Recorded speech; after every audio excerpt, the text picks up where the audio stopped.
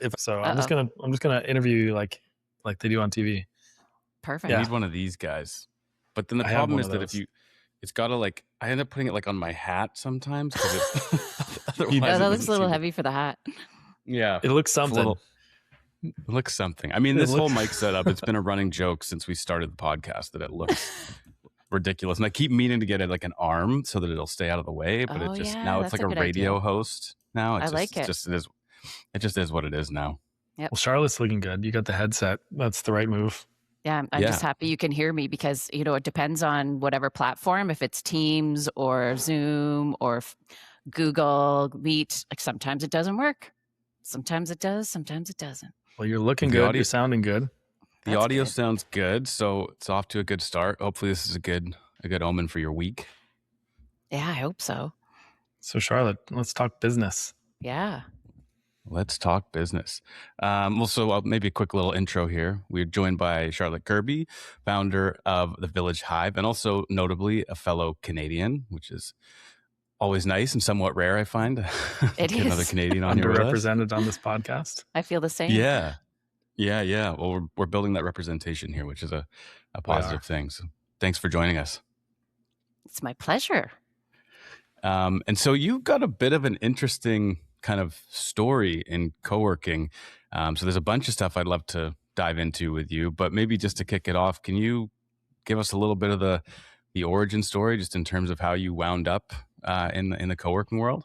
Yeah, for sure. So I guess back in 2015 or so, and actually before that even, I was working in health human resources. So I was working for the Ministry of Health and Long-Term Care for the government, an agency in recruitment and retention of physicians for the province of Ontario. And then working part-time after that position, I was working part-time as a director of medical administration at a local hospital, Markham Hospital. It was a part-time job, but a job for about 3 people.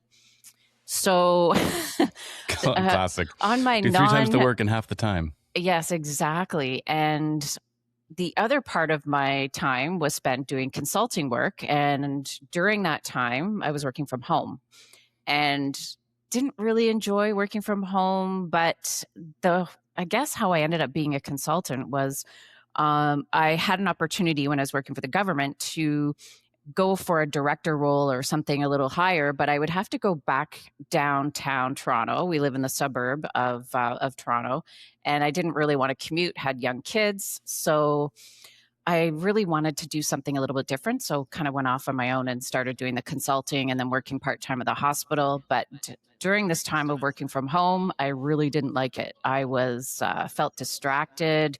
I didn't have a comfortable setup. Felt guilty when my husband and kids came home. I didn't have dinner ready.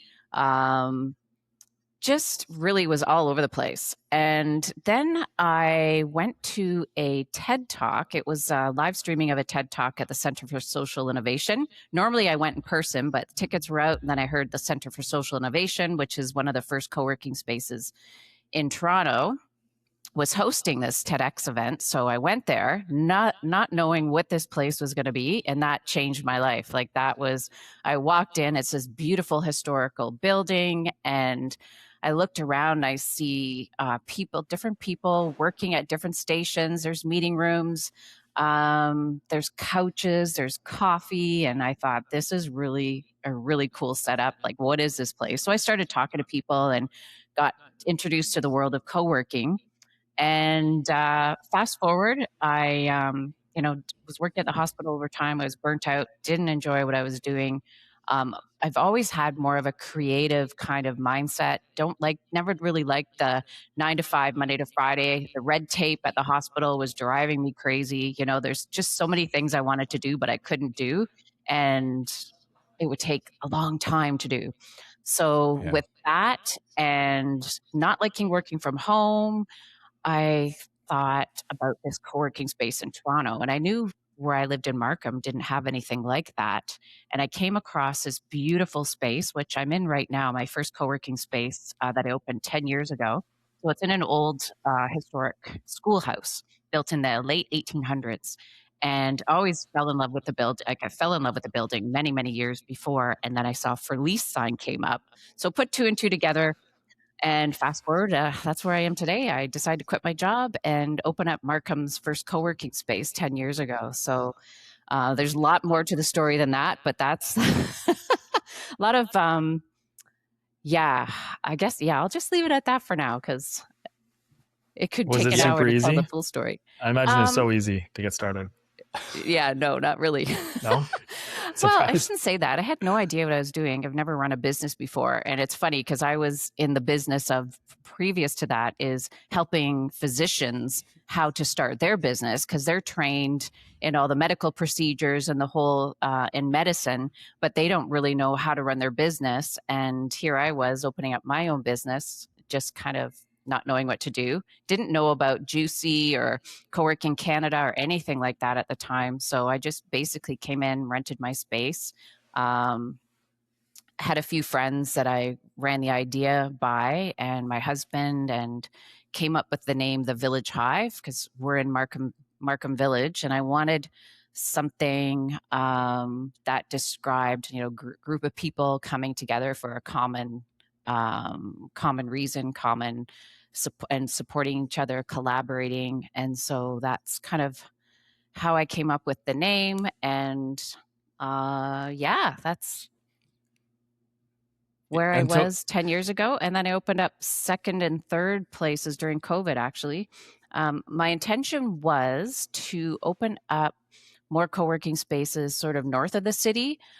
However, I got an email one day, and I guess it was in 2019 that I got an email from a landlord who had property in North York, again, a part of Toronto.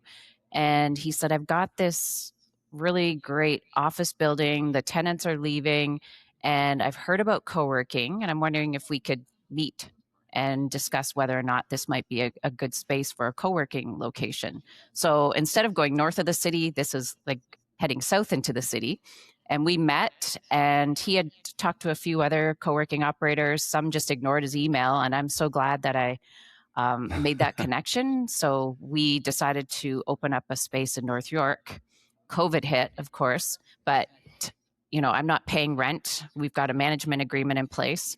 And so he's like, let's just keep going. There a lot of construction, like the walls were dusty rose and there was lots of forest green. And so there was a lot of work to be done in the space. Those colors are coming back, by the way. To keep going. What? Those colors are coming back. No, they're not. Look at the green behind you. Oh, yeah. You didn't realize that, did you? My whole bedroom is green. We actually just recently painted it green. No, I like green. It's dusty rose, don't lie. But it's with the dusty rose. I don't like the dusty rose and the green together. But yeah. anyways, A bit of a clash. Yeah. That's fair. I'm curious too, like then, on the landlord front, like because I was reading about that. And do you have any inclination of like, how did he come across you? How did he build his short list? Like, were they just doing their research in terms of co-working operators in the city? Like, had you done anything to kind of put yourself out there that he might have noticed? Or no, I didn't at all. In fact, he had his sister just do a Google search for co-working operators. And I'm actually surprised I came up because I'm not in Toronto. And she reached out to a number of different people. And like I said, no, some people didn't get back to her. I was one of the first people to get back, and he came up to Markham and met with me, and we hit it off right away. And the rest is history. And then he's actually the owner of the property at my third location as well. Yeah, and I want to talk about the locations as well, because I'll come back to that, because it is interesting. Like, for anybody who's not familiar with GTA or Greater Toronto Area geography, the locations that you have are in kind of unique, neighborhoods respective to one another. But before I go there, I read something that I wanted to ask you about, is that you had done a pop-up co-working event in Aurora at some point as kind of like a market research. Is that correct? Yeah. Like, how did you come to that as kind of a market research tool? Yeah. So it was a friend of mine who she lives in Aurora, and a few people that I had met previously at networking events, and actually had hosted events at the Hive, said Aurora really needs a co-working space. So, have you ever thought of expanding to Aurora? And answer is yes. However, I feel like if I found the right location and the right person to run it, I would do it. So I just kind of put that out there. But right now I'm so busy with my 3 spaces that I'm quite content right now. But so Heather said, let's find out. I know a few business owners in Aurora. Let's see if we can just do a pop-up event and see if there's any appetite for it. So we did one at an art gallery, and we filled all the seats, and then we did another at a media company, both really great locations. And the idea was to continue doing them, but we both honestly got busy and we haven't been, and we may do it again because it was a lot of fun. We just had people, a lot of these people had never heard of co-working before, but lived in the area, were feeling lonely, working from home, had heard about the Village Hive, but it was just a little bit too far to come to Markham for them. So we started the day just with greetings and setting intentions, having coffee, and then did some work sprints during the time, had lunch together, went for a nice walk and more work sprints. We did a workshop, and it is a really great agenda, a really great day. I've got lots of good feedback. And then, like I said, we both just kind of got busy, so it was hard to keep up the momentum to do so, but I would love to continue to do them in different locations around in towns where there's no co-working spaces, just to kind of test the concept. Yeah. And so were there any kind of like specific indicators that you were looking for in terms of testing the market? Was it mostly just attendance? Like, can we get these events filled, or were there other things that you were looking into?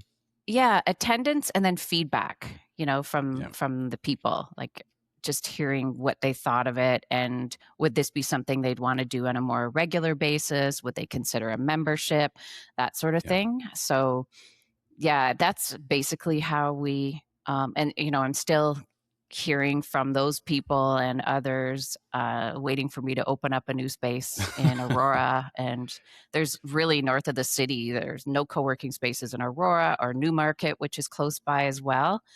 But again, if I find the right space, sometimes I work with realtors and they'll say, Charlotte, I've got the perfect space. And I've got a list of what this space needs to have, including, especially if it's in the suburbs, must have parking. And oh yeah, there's parking. And so I have gone on many tours, many tours of these spaces that are supposed to be perfect. And I get there's no parking. Oh, well, there's a Shoppers Drug Mart across they won't mind if you park in their parking lot, or there's a library, or no. So, and then again, finding the right person. I have like the most incredible staff right now. And, that's really important too, like finding the right person to open up the space. And so, I've thought about, and would consider like white labeling sort of my business, or if somebody wanted to, like, I don't want a franchise, but maybe a franchise or something. Yeah, lots of expansion ideas. But to be honest, right now, I'm just really feeling content in what I have, the 3 spaces, and expanding my locations, like expanding within these 3 locations, and making them like really tight, really clean, really like revenue generating. We want to make what we have really great right now before I go and open more spaces and spread myself too thin. So how are you doing that? Are you trying to expand the footprint, or are you more about revenue maximization and just making the experience really well run? Or yeah, so kind of revenue maximization right now. But actually, I have been expanding within the footprint as well. So my Eglinton location, we still have a lot of capacity to bring in revenue in our existing space, but we just opened, or right in the next couple of weeks, opening up a new wellness space, which is just on the floor above us. Oh, cool. And we've had a huge demand for private offices on demand for therapists, for psychotherapists. And so that has been huge revenue generating, in that this building that we're in at Yonge and Eglinton in Toronto is there's opportunity because it's executive offices to expand to more and more floors. So right now we're on the second floor. We've got an event space on the third floor. Our wellness space is going to be on the fourth floor. And it's great because as we grow or we see what the demand is, we can expand into new space. So Is that a building amenity? Sorry, Taylor, I know you want to jump in. Is that a building amenity, or is that going to be part of just your co-working space? yeah, mostly just part of my co-working space. Yeah. Cool. But we do work with the property manager in that, we'll host events sometimes just for the Village Hive members, but also for tenants in the building. Or we even have tenants in the executive offices, who want to be part of a community and want to meet people instead of just like going up the elevator, sit in their office and not meet anybody. They'll get a membership just to have coffee and chat with my community manager, which is great. And then they get to know people in the space. And so obviously therapists are a bit of they have their own needs in what's in a space in terms of privacy and in terms of, I guess, discretion in terms of their clients or patients or whatever. So how do you approach, if you have multiple floors, it's the same brand, but you have to adjust and tweak certain aspects of the space. So was that a challenge, or was it something that just kind of fell into place? Yeah, it's just actually really fallen into place. And we started with just 2 offices for therapists and quickly grew to 3, and then 2 more. And then the landlord said, okay, let's just create one, like half a floor of these offices so they're not kind of all spread out in the building. And so my community manager is now having to manage this new office space, but we just hired somebody part-time, and we're going to see how much manpower it's going to take to actually run the space and make sure that the offices are ready for the next therapist coming in, that sort of thing. So we're not sure what's going to happen. It's just kind of testing the waters right now, but the therapists are very excited about it. We've got, I think, 40 Wow. psychotherapists that are using the space on a part-time basis. So a lot of them are still doing Zoom calls with their clients, but they're finding more and more that people want to meet in person. And so now they have an option that they can come in and rent the space. And I think it's better, in my opinion, for the client and the therapist is meeting in person. There's energy around that. There's good energy. And when you're having a Zoom call, you don't know who's like sitting in front of them or beside them and listening to those calls. So, or what's being recorded. I'm really happy to. And we're also working with a therapist who helps with she's running how to build your practice. So we've had a webinar, and she'll teach therapists how to market their practice. So we're trying to provide different benefits and amenities that come along with being a member of the Hive. So you can almost build a whole business there. I know. You might like find yourself being like, I'm in the co-working niche, but I love niche businesses and just how it changes everything, and how you double down and become like extraordinarily specifically valuable to a small group of people. And like you talked about a tightly run business, once you've specialized in something, I'm not saying you're going to do this, but if it works really well, there might be something there. I know there's Alma in the US, and there's other therapy space. I think there's another one. It's a model, definitely a need for it. I know. I'm kind of excited about it. I already made a logo, just obviously in ChatGPT. So Village Hive Wellness. Cool. So I'm like, let's just use that and see where it goes. Yeah, exciting. To get the therapists, did they just kind of just fall into them finding you, or were you kind of marketing this proactively? Like, how did this sort of niche identify itself to you? That's a great question, because we use Google Ads, but we weren't really using Google Ads to attract therapists. It's basically co-working, private offices, virtual office, and meeting space. But they've been finding us. And even, we've been working a bit more on our website with SEO and obviously AI friendly search terms. And I think that's been really helping us. I'm thinking back to our Google ads, and I don't think we get many leads for therapists through Google ads. So I think we're offering something that people need and are looking for. And then we get referrals, and you might think, oh, all these therapists are competing against each other, so why would they refer another therapist? But they all are very niche in what they offer. And in fact, we have a WhatsApp group, and they're always referring clients to each other that they don't feel comfortable serving or something like that. So rather than being competitive, it's more collaborative. And also, you don't just like bounce around. You're not just like, sorry, I'm just going to go down the hall. This person might be able to help me better. Like it's a very personal decision. And, I doubt just because someone discovers a name on the door that they're just going to hop to the next one. And if they're going to do that, they're going to leave anyway. Yeah, exactly. You know what might work for you? Do you want some free advice? Yes, I do. It's probably not any good. It's free. So you're going to get what you pay for here. But Meta is very good at getting you in front of the right people. Like the reason it's a multi-trillion-dollar business. So you just putting up a shingle that says, workspace tailored to wellness professionals or even therapists, psychotherapists, and you can even play with different messages, and Meta will put those in front of the right people. And so that kind of stuff would work way better. Like it'll just go out and find it. It's just magic. And then you have a landing page that resonates, repeats like the same messaging. Yeah. And what they need. And like, Zoom is fine, but like there's nothing like an in-person experience. And even if you're doing it Zoom meetings, maybe you want to show that you're professional, you're established, you have an office. Yeah. We have you covered. And it just works really well, especially video, but also even just static text ads, like graphic ads.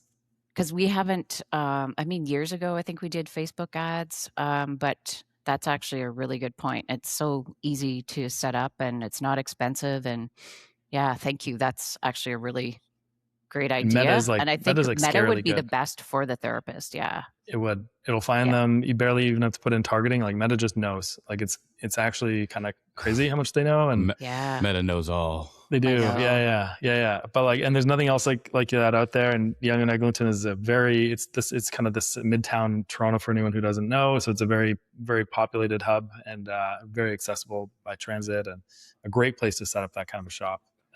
But anyway, let us know if that free the whole advice building comes back. Yeah, you never know. The whole building is just taking over one floor at a time until the entire building is hers. You know what? The landlord would love that. He's actually said in the past, he goes, we should just make this whole building the Hive. Yeah. One brick at a time. But I was a little resistant about that at the beginning because we have a certain standard at the Hive, and like we're not fancy like some of the big co-working brands, but we've got a really nice space and it's bright colors and the rest of the building is, I'm sorry if my landlord's listening, a little tired. However, that was a few years ago. And they've been fixing it up like floor by floor. And now I would be comfortable saying, yeah, some of these other floors are part of the Village Hive. But there was a time when I was like, no, I don't think so. And he understands that too. Yeah. So I think it could.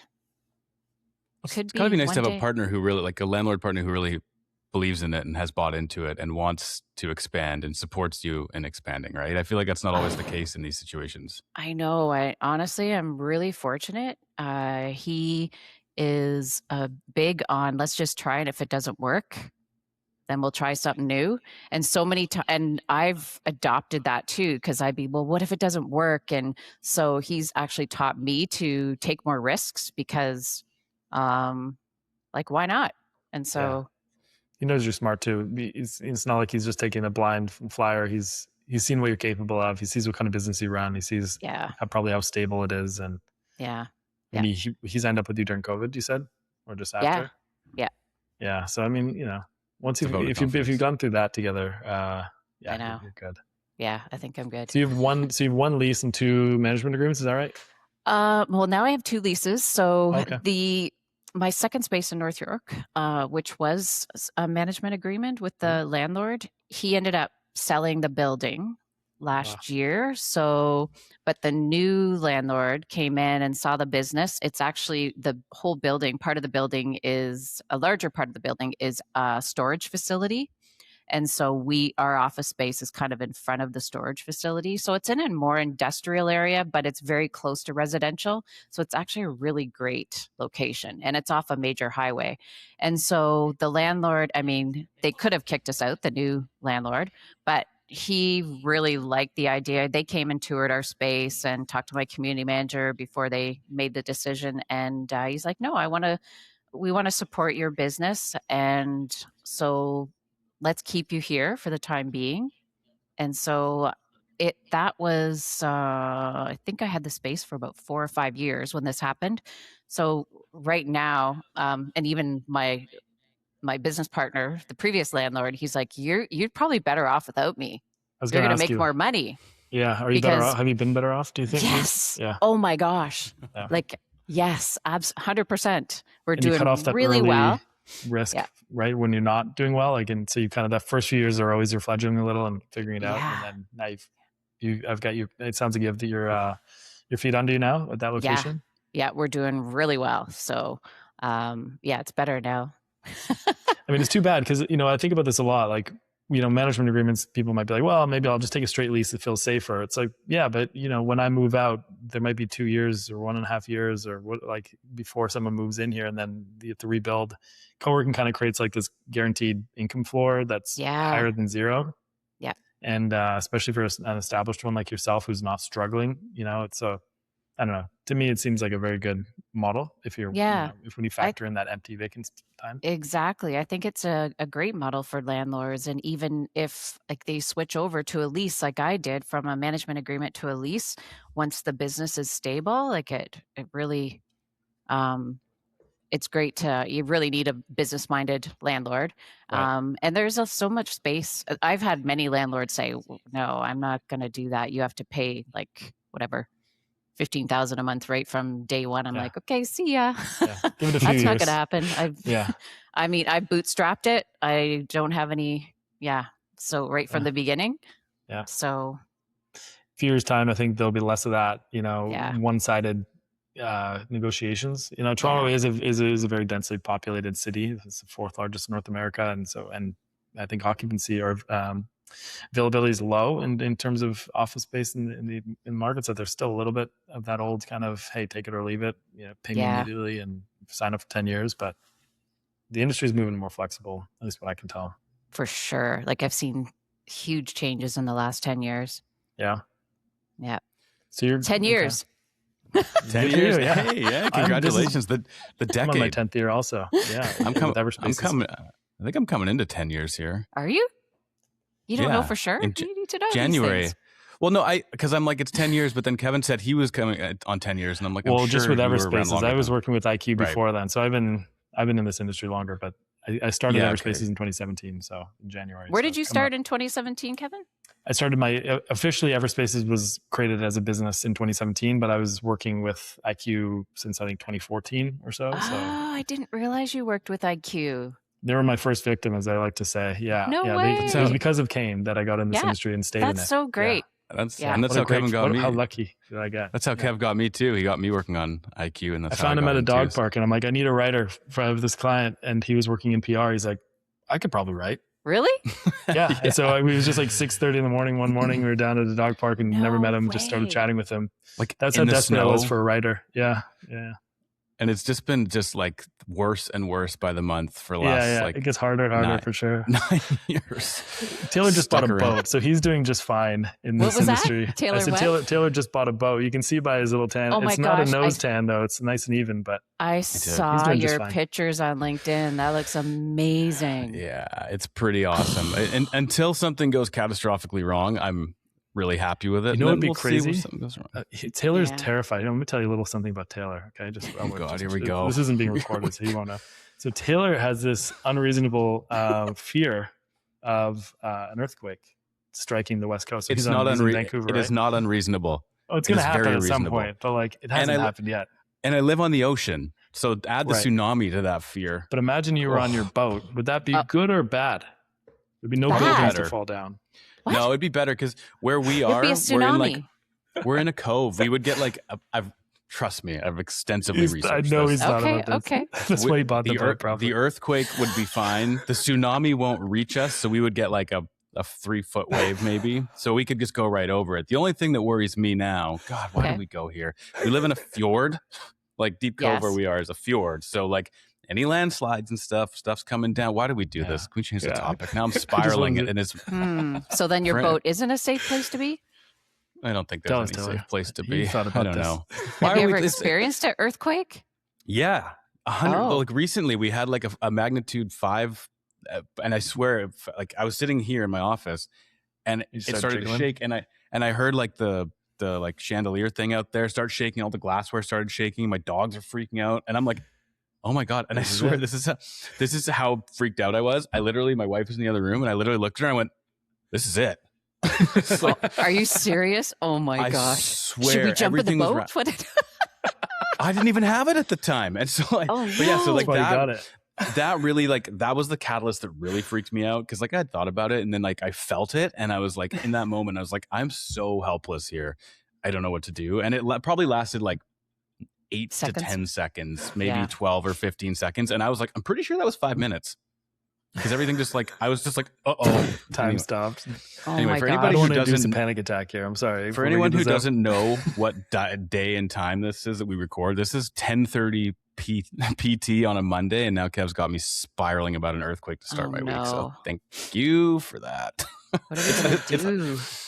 Taylor is like a little bro, and I know how to push his buttons, and you know, it's I can't help it. It's just like, you know.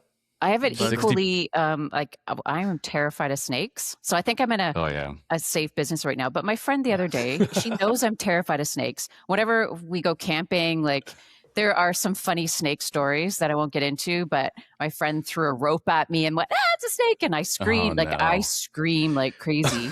and then she sends me this CNN article about all these snakes, 800 snakes that escaped. I don't know. They were in this river in China or something. I'm like, why are you sending me this scary video?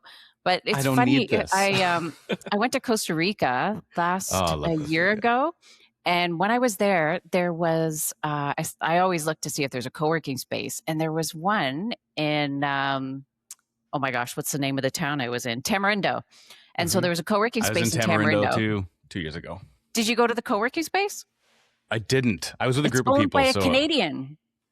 Classic. But he wasn't there. It was being run, I think, by a German woman who was the co-working manager. But basically, it's just like a little motel kind of thing with a little air-conditioned co-working space. So you pay for your room, you get the co-working, they have events and all this. I'm like, this is super cool. So I chatted with them and we've been emailing a little bit back and forth. I didn't meet the owner. And they said, maybe you could, I don't know if I brought up the idea or they did, but helping them promote the space to Canadians as a remote place to work. And I'm like, ooh, this could be a fun little job. And of course, my mind's, when I'm there, I'm looking for snakes. I'm like, oh, but I thought I was safe in my business with no snakes. But there's lots of snakes there. But it just reminds me, I need to reach out to them again. Because I'm like, I could go to Tamarindo again. I could spend a lot more time in Costa Rica. Yeah, it's so nice. I do have an insane Costa Rica story, but maybe I'll tell you offline so we don't eat up all this time here. But basically, the road to Tamarindo, if you've ever driven down there, there's a river that is usually pretty dry and you just cross through it, but it had rained for weeks and it was like raging river. So I had this brilliant idea that I'd find this mountain pass that I thought on Google Maps I could get through. Oh my gosh. Couldn't, almost fell off a cliff, and then realized that I could just park my car in this village and then walk across the little bridge and then our friends could pick us up. So we went through this 4-hour ordeal of driving through the mountains. And speaking of snakes, we're sitting I'm trying to see how deep the river is. And I'm up to my thighs in this river. And then we're driving back, and in the same river on the way home, I saw a massive crocodile. And I was like, didn't even think about that while I'm standing thigh deep in this river that there are for sure reptiles in here. And they're huge. Massive. Yeah. So big that you see them from a car and you're like, that's bigger than my couch for sure. Exactly. So you would look like lunch to them for sure. So it's ironically, it's going to be a tornado that takes you out, or a crocodile. It's not even going to be the earthquake, you know? I was in a tornado in Ontario with my mom when I was 11, but that's another story. Where, anyway, Barrie? No, in Orangeville, because my Oh, grandparents okay. had a cottage up there. It was terrifying. That's a story Yeah. for another time too, but we can debrief on all the Canadian stuff. All right. Bring us back on the rails here. Where were we again? I digress. Well, I think like one thing we haven't really covered here is, you're talking about SEO and Google Ads and things like that. So what does your marketing team look like currently, whether it's internal or outsourced? Are you ready for this? I wrote that question, by the way. Just you can have He did. I just My stole marketing it. team I stole it. Is You're looking me. at it.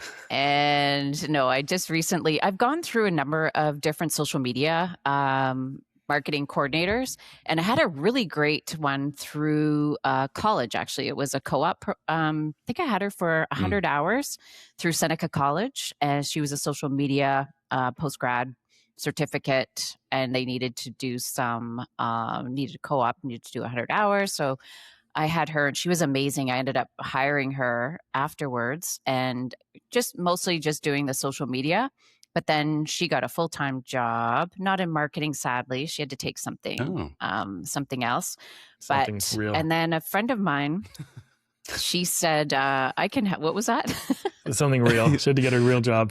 Yeah. All of us marketing guys. Not her passion. Yeah. Yeah. And then a friend of mine who's done some website work for me in the past, we got talking, and she said, "You know what? I needed some website upgrades," and she's like, "Who's going to do your social media now?" So she worked together, worked out this package to do website updates, to do my social media. She's going to start doing newsletters. So she's been working with me, I guess, since January. So I've just had people on and off for the past 10 years, which is crazy. And yeah, that's basically it. I probably could use more help in that because I'm doing a lot myself, but it's, you know what, I enjoy doing it, and must be doing something right because business is really good, but it makes me wonder if we did a little bit more, like what could possibly happen? Like, are we just scratching the surface here? Are we? And we are just scratching the surface. I mean, I use HubSpot, and we used to have like a workflow, or I'm going to get all the terms wrong, or campaign or something. So if somebody's been sitting as a lead in our CRM, then they would automatically be enrolled in this sequence. Yeah. And I haven't really, that was a year ago. And so nothing's gone out to all our leads. I shouldn't be admitting all this in the past, probably, I don't know, 6 months or so. So we have a lot of leads still in there. And I find when we do, I've got one of my community managers is amazing at picking up the phone and calling people. And when she starts doing that, we get more business. And so she's actually on medical leave just from a hip replacement. So she's getting back to starting to do a little bit more work this week. And she's going to pick up the phone and just start calling leads. And then we're going to start the sequence again. But I'm afraid to do that until she gets back full time because we just can't handle. I need to hire more people. Well, I guess that's the end of the day. That's kind then we have some. Yeah, we have Spacefully. That's a champagne problem. Yeah, exactly. We're working with Spacefully. Of course, you guys know Ruben on our Google Ads. So just the Google Ads. But I've been kind of stepping away a little bit more. Not stepping away, but less budget on Google Ads. We're not getting as many leads now, and I'm okay with that. People are finding us more organically through referrals, through our Google business page, through our website. We just recently, Kinga, my social media coordinator, she just put up FAQs on the website, which I never had before. So I think that's been driving a lot of business, especially in virtual office. I don't know what's going on, but we've had so many new virtual office clients recently.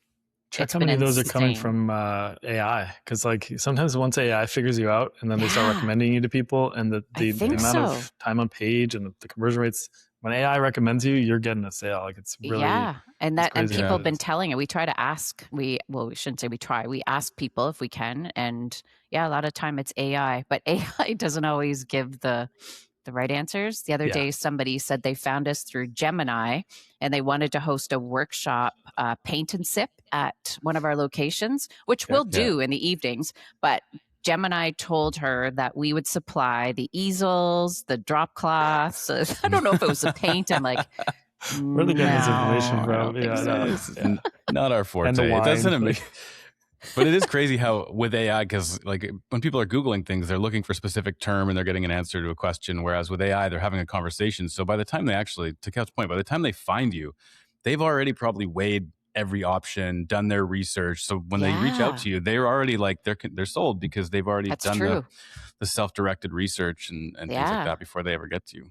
Yep. That's the thing we want. So Taylor and I are working on a project, and I'm doing this with as many people as are willing to and are able, but we're trying to interview people and turn those interviews into transcripts. So salespeople, owners, et cetera, of a co-working space for all the locations, and basically gather as much information as we can, all the different, the pros, the cons, the amenities, the features, the nuances, how many rooms, how many this, like who it's for, what are the member makeup, and gather as much of that into some kind of a mega doc. And you can create an LLMs.txt file. There's I found one on a website that allows you to kind of copy their LLMs.txt file and paste it into your Claude and just talk to it and see if it might be right for you. And I think it's just an interesting thing where it's like, if AI doesn't have all the information, they're never going to say it, or they're just going to hallucinate and tell them that you're going to give them free wine and paint, which at least they got you in. So what we're trying to do is like make it really clear, like here are the types of people we do, and here's how we serve them uniquely, and here's all the amenities. And because there's lots of times where I'm going to help a client write a brochure, and then they're like, okay, can I use can we use what's on the website? And like, well, no, that doesn't have all the information. Like, well, then it doesn't exist. It just doesn't exist then. So we need to make sure we have so much information that AI gives very comprehensive answers and recommends you from all kinds of different vantage points for the right people. So that's what we're kind of working on, is having those interviews, taking those transcripts, putting them into parsed out who, what, where, why, when, how type information, and then providing that, putting it on your website, linking to it on your website as just an MD file or a text file, and then letting AI crawl it, putting it in FAQs. Count me in. Kevin showed me the first one, and it's like, I was like, what do you want me to do with this? He sent me this. He's like, this is super cool. I'm like, what do you want me to do with this? And he's like, put it in your Claude, and then you can have a conversation where you can get every factual answer, and it's something that you're providing as the operator. It's like, here's like every single detail. I love that. In this case, Claude told me that it was for software. It's called Tana, TANA.inc, .INK or INC. But anyway, it was like, this isn't suitable for you. You'd have to like replace Zoom. You'd have to replace all these different tools. And like, you kind of do your workflow looks like this. And this would mean changing all these things. I'm like, okay, great. At least I know. But like, I would never have been a customer anyway, because I would have come to that conclusion anyway. At least I was able to write them in or out immediately. So it's not about tricking or convincing anyone to do anything. We're kind of living in like a post lipstick on pig world. Marketing isn't just about clever, slogans. It's truth. And how do you make your truth really crystal clear and really, and you're talking about being tight, right? Having all these different, like really well thought through amenities, features, ways of doing things, fostering community. And so figuring out a way to get that out into some kind of format that AIs can actually grab onto is going to be huge. It will be. Yeah, I find I'm always writing, and people ask me for bios, or for the most part, I can go into AI and say, write me a bio for this, this, and this. But I'm always I'm like, oh, but it's missing this part. Like, I always feel like I'm reinventing the wheel, recreating. And I have like 100 million docs in Google Drive with different bios and different versions for this collaboration or this partnership. And it's like, oh, you need that like single point of truth. Yeah, single point of truth document. Oh, I like that. Yeah. Yeah, and then AI can contextualize it, because what you're talking about is you're recontextualizing for the audience, right? Yes. So don't worry, we're not going to ask you for a bio. Yeah, we'll just have AI hallucinate the whole thing, but but you're contextualizing to the person. So at least you can have a place that has all the information, and then given a certain parameter, you can almost generate a very contextualized bio and very quickly. Yeah, and same goes with everything, right? So I think we're living in a world where we have to think not of like having basic websites that are brochures that look nice, but have some information, but you got to contact us. It's how do we give as much information to people as possible and let them figure it out, whether it's like, here's actual offices we have coming available, or like, here's our pricing, or, just giving more and not holding so much close to the chest. And where you find yourself on that spectrum, I guess, is going to be different for everyone. But yeah, for sure. Well, that sounds amazing. That sounds like a very helpful tool for sure. Well, again, you get what you pay for in this podcast. So just, all advice, take, you're your own responsibility. That's why all 5 of our listeners keep coming back. That's right. You get what you pay, because you get what you pay for. We need to have one of those little disclaimers at the beginning and end of our podcast, probably for right. several reasons. But yeah. So Charlotte, one. you were saying that you were, I think when we were talking at the Global Workspace Association Toronto Immersive, which is where we kind of reconnected after a few years, you were saying that you've been doing some stuff. You're not quite sure what's working. You're getting more organic leads, which has been great. Mm-hmm. Is there anything else that you're doing that is helping drive more activities? We're seeing a little AI. So I tend to it's usually myself, but I go out to a lot of networking events in the GTA, and I try to go to the same ones so that, you get to know people. I go to a monthly breakfast networking event, part of the Markham Board of Trade, part of some other FemCity, which is FemCity is a North America wide business group for women, networking group. And so sometimes I don't always meet the people that are going to be my clients, but they may know somebody that is looking for the type of person that may have, lonely at home or need a business address. So we get a lot of leads from going to these networking events. So either myself, I go, or I take a staff member, or a staff member goes. And I really find the return on investment and time, because who wants to go to another networking event and not meet anybody, or just, because there's sometimes in the evenings and you'd rather be at home. But I find that they are definitely worth going to and getting out in the community. And when I do go, I've never met another co-working operator at these events. So we're usually the one educating about what the heck co-working is. A lot of people have never heard of it. A lot of people need it. And I have 3 locations. So not everybody lives or is in my area, but that's why I refer to my friends that have co-working spaces in Oakville and Mississauga, downtown Toronto. And so, we've got this whole network of co-working spaces that refer to each other. And I find that's been great too. So especially if one of our members is that's in Toronto, moving to Oakville or moving to Mississauga, then I can say, hey, I know somebody that has a great space, and hook them up, and they're so happy. They're like, wow, that's amazing. So having that network of spaces around the GTA or around Ontario, around Canada, around the world has been really great. Well, I think that really helps with the marketing. Interesting. I was saying that to Nancy, Ancaster and Hamilton need some co-working spaces. Just I know.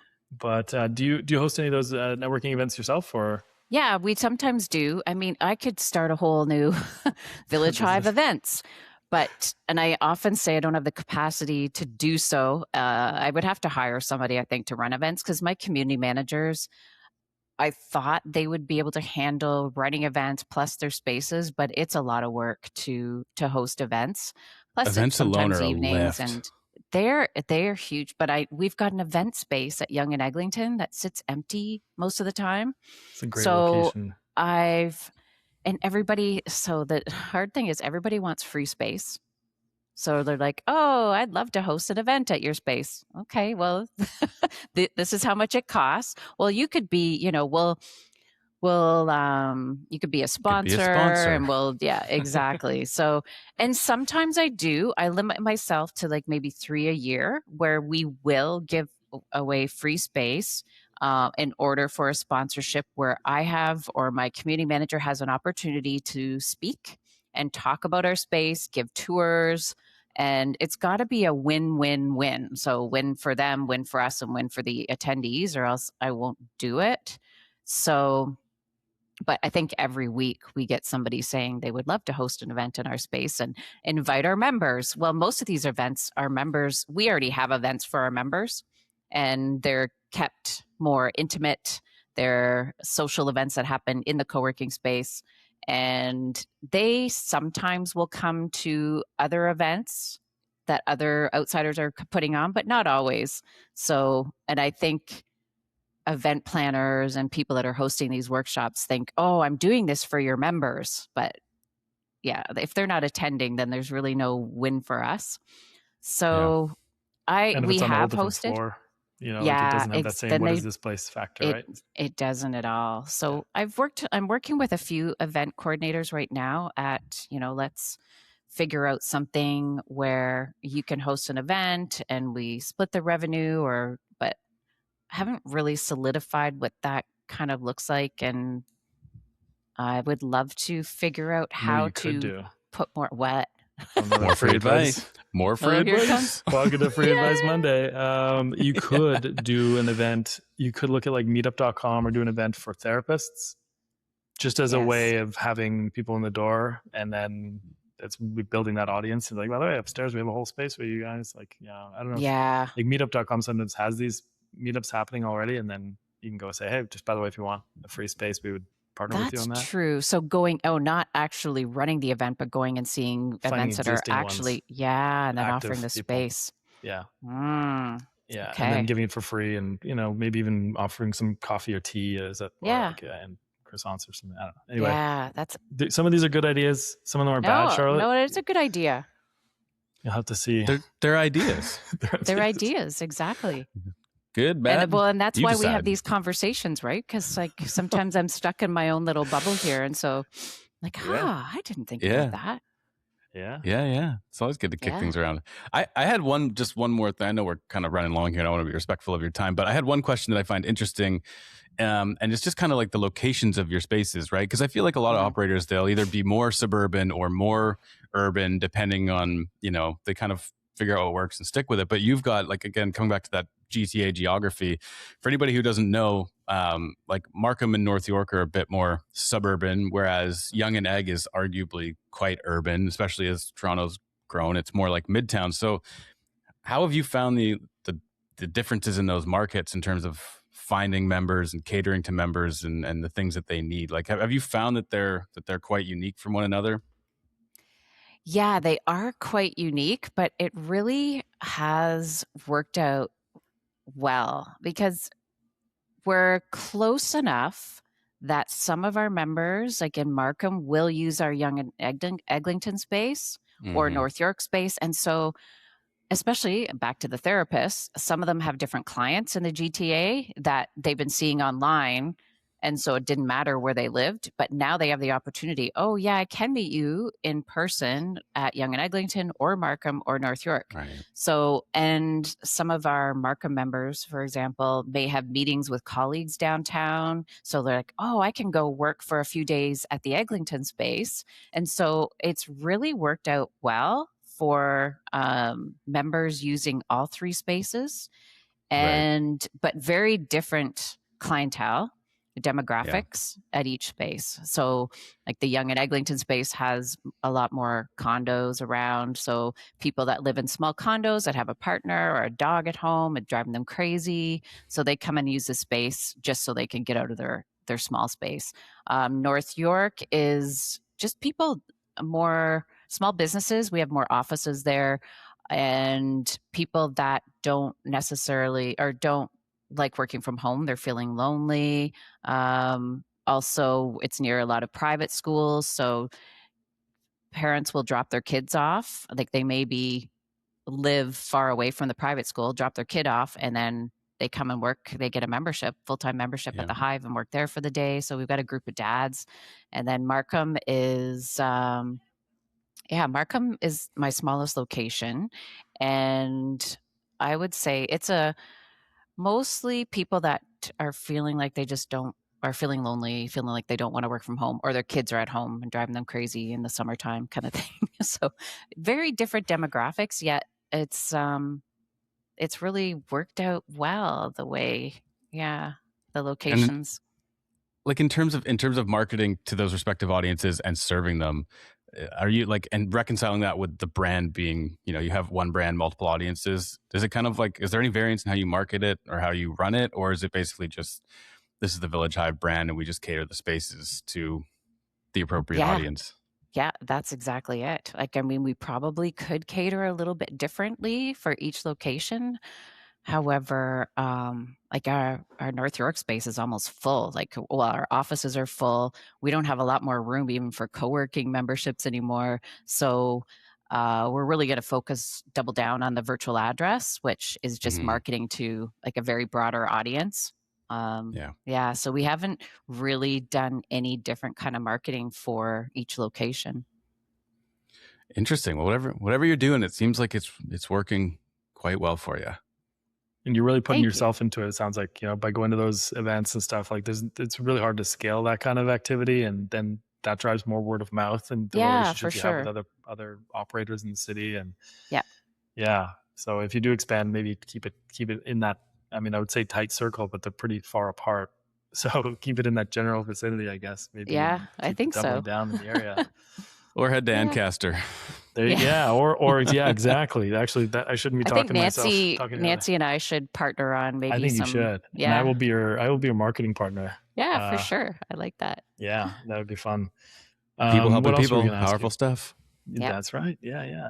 Do you have any plans? So we'll just kind of wrap it up here in a minute, but do you have any more plans to expand? You said you're going to kind of keep it tight for now. You're always looking, but in 10 years from now, do you have any clue where you'll be? Will you be operating a multi-location therapy space? I don't know. I got to figure out what am I going to do with this space? I'm not, I do think about that often. So like, when I'm not thinking of selling right now, but when that I'd have to start thinking about it. Always. Succession planning. Yeah. Or I think I would like to find somebody to do more of the day-to-day like I'm doing too, and take some more time off. Like What's that? Because it's been I've heard of that. Yeah. So that's why right now I don't. And if another location came up and it was perfect and the right person came to me and said, you know what, Charlotte, I really like your brand. I have a great location and I want to run it. Okay, sure. I would do that. I'm also I didn't even mention some consulting work. So I'm working with a large company in Kitchener-Waterloo. But it's been about a 2-year process of them possibly opening up a space. So I have been doing some consulting work there. So may just continue doing that and just keeping my 3 hives I'm always open to possibilities. Well, the misery loves company. So keep bringing them into the industry and that's great. That's half the fun of running your own show too, is that you can explore those opportunities and keep an ear out for, there's no playbook for what you can or can't or have to or don't have to do. You can just see what happens. Yeah. And it sounds like your kids are now out of that maybe really young phase where they demand so much of your time, and hopefully maybe this is where these entrepreneurs come into their own really at it's true. They're going off to one of my sons is in university going into 3rd year. My other son is going into 1st year university. So I'm going to be an empty nester. Wow. So maybe I will need We won't cry. Won't cry. So maybe I will have more time on my hands. But that's like the statistics show that like at that phase of life is when entrepreneurs really do like see, depending on, and it's different for everybody, but like, it might just, you might divert some of that energy, but who knows? Yeah. You're going to do great either way. You're doing great. So thanks for sharing the wisdom that you've developed over 10 years now. The 10-year sign behind you. Happy decade. Thank you very much. And if any of the advice sucks and you use it and it costs you money, you didn't hear it here. Use it on your own. Yeah, I heard it here. No, you didn't. You didn't. Can't prove it. If it falls flat, we'll edit it out in post. Yeah. If you think of anything else. Yeah. Well, lovely chatting with you. So I guess if people want to connect with you, right? Let's say they're thinking of operating something, or they have questions about something, or as a Canadian operator, would best place to be to find you on LinkedIn or your LinkedIn they'd like some is a great place consultations, to find me. Some consultative support as you're for sure, 100%. Love doing that. Awesome. Well, lovely chatting with you. Thanks again, Charlotte, for joining us and thanks, for guys. indulging us on this podcast. Yeah, pleasure. And be safe. Keep that plan going. Did I just feel a rumble? Duck cover hold.